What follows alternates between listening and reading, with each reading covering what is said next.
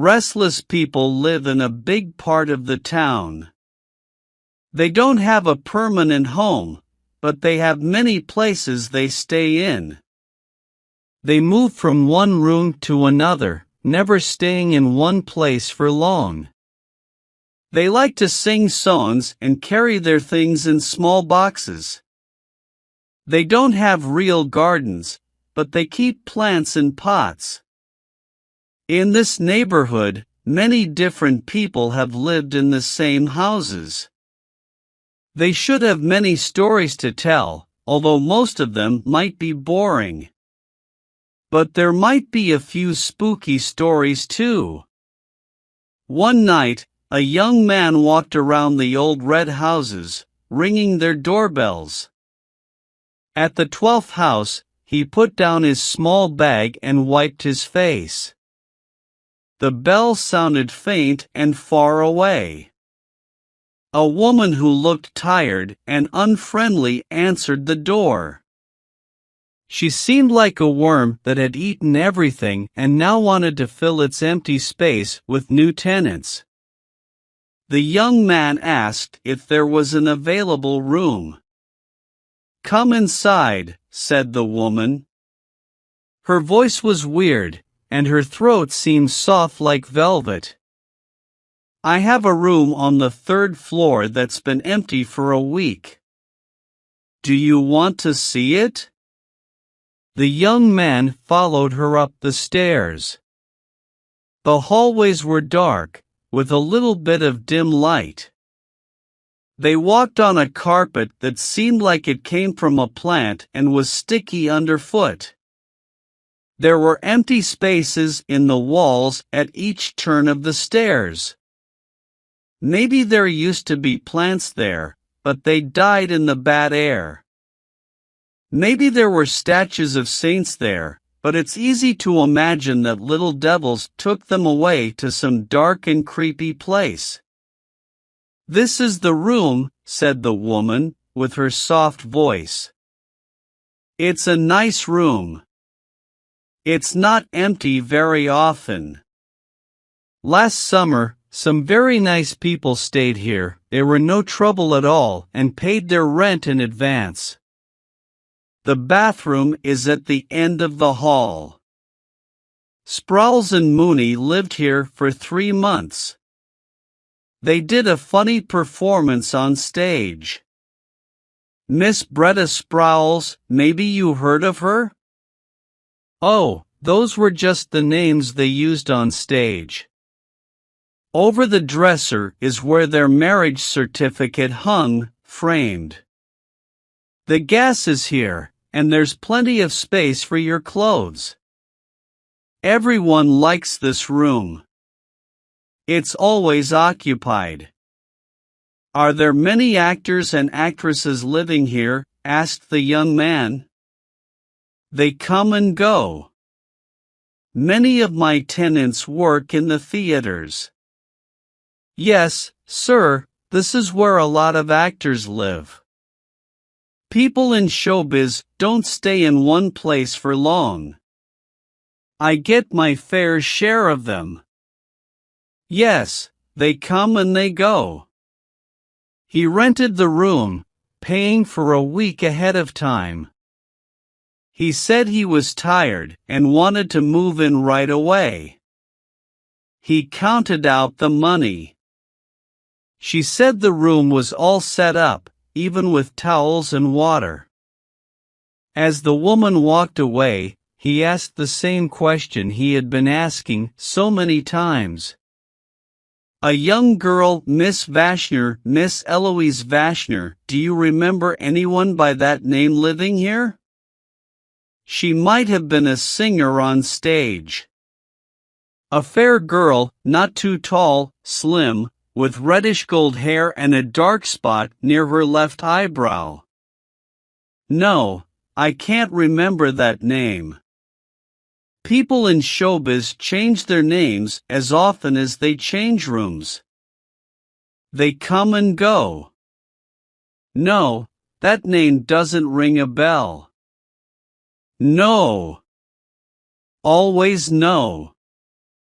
He had spent 5 months asking the same question and getting the same answer. He had spent his days asking managers, agents, schools, and theater groups.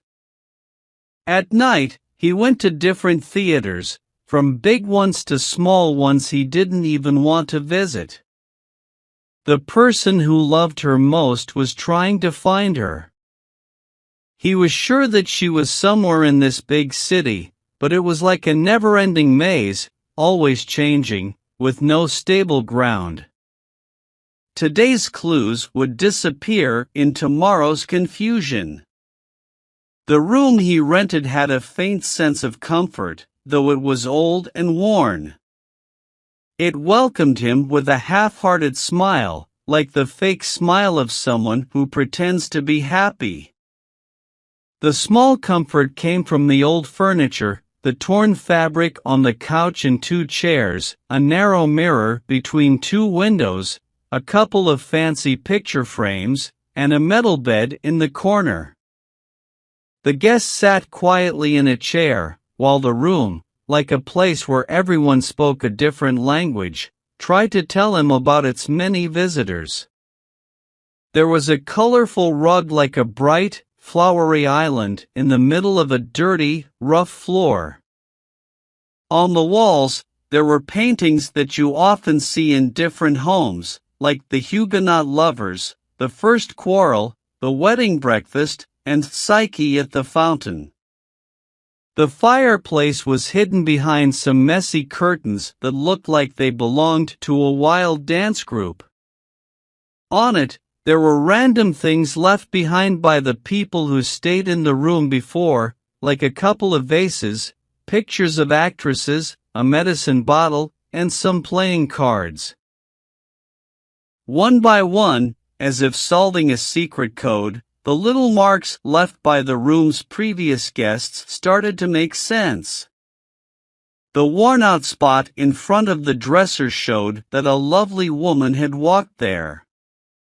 Tiny fingerprints on the wall told of small children trying to find their way to fresh air and sunlight.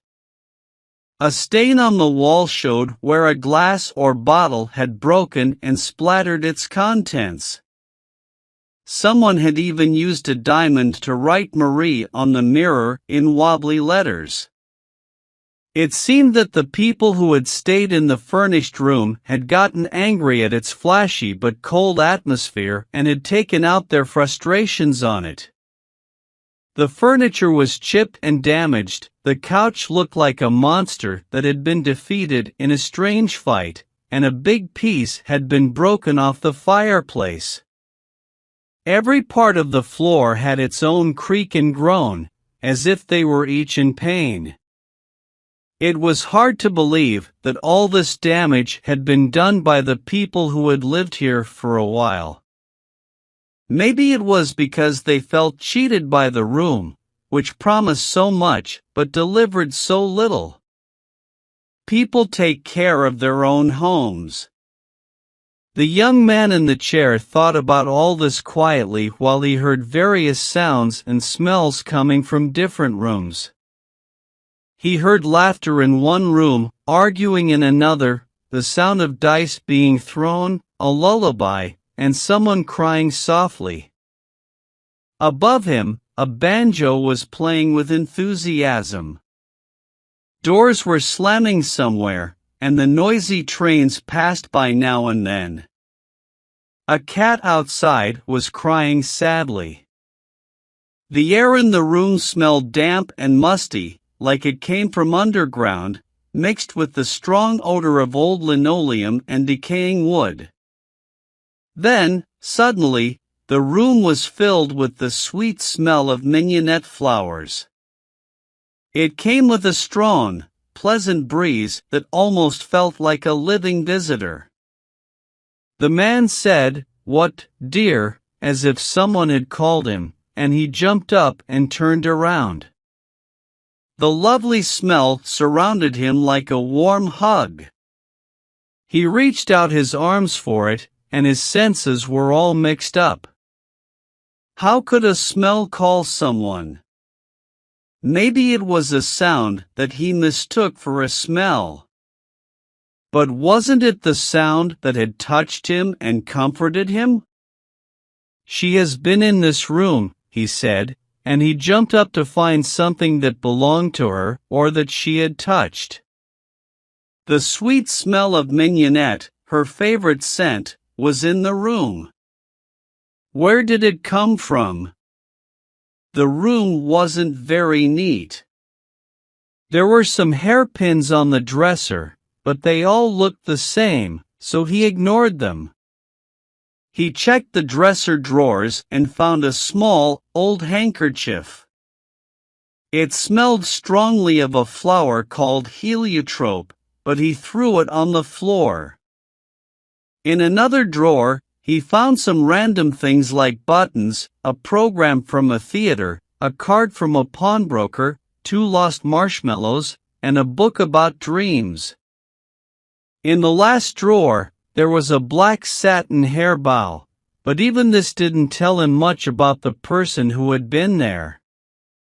He searched the room thoroughly, looking at the walls, the corners of the floor covering, the mantel, the tables, the curtains, and even a cabinet in the corner, hoping to find a clue. He couldn't see or hear her, but he felt like she was all around him, calling him with a strong feeling that even his basic senses could feel.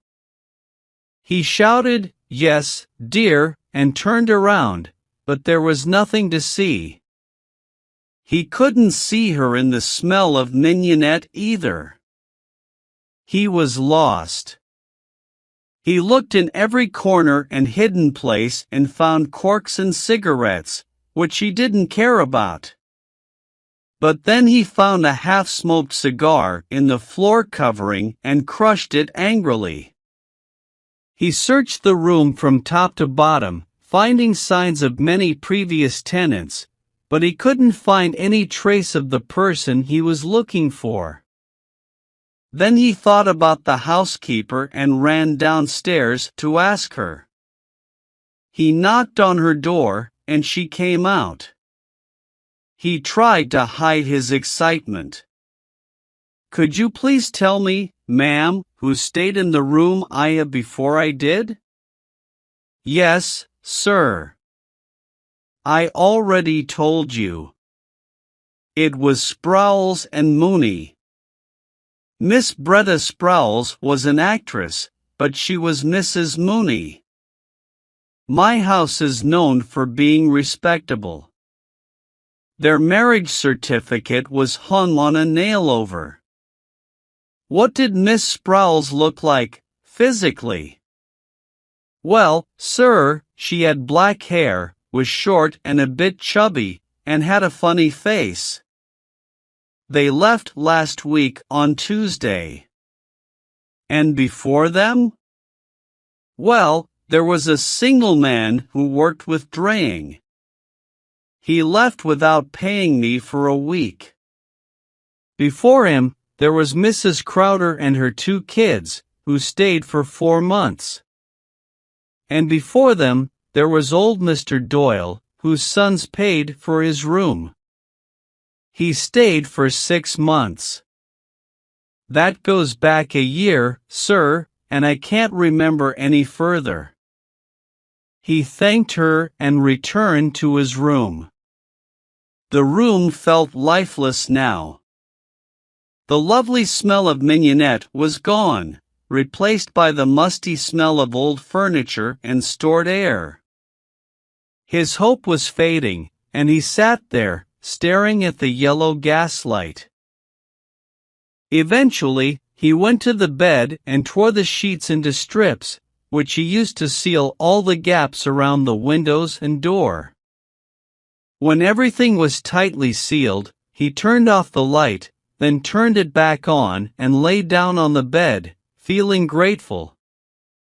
It was Mrs. McCool's turn to buy some beer, so she got it and joined Mrs. Purdy in a cozy place where housekeepers often met and chatted. "I rented out my 3rd-floor back room tonight," said Mrs. Purdy, sipping her beer. A young man is staying there. He went to bed 2 hours ago. You're really good at renting rooms like that, Mrs. Purdy, said Mrs. McCool with admiration. Did you tell him about it? She whispered, trying to sound secretive. Mrs. Purdy replied, We furnish rooms for people to rent, so I didn't tell him anything. You're absolutely right, ma'am. We have to rent rooms to make a living. Some people won't rent a room if they hear someone died in it. Exactly, Mrs. McCool. We need to earn a living, Mrs. Purdy agreed. Yes, ma'am, that's true. Just a week ago, I helped you clean the third-floor back room. The young girl who died there was very pretty, Mrs. Purdy. She would have been considered beautiful if it weren't for a mole near her left eyebrow, added Mrs. Purdy. Would you like more beer, Mrs. McCool?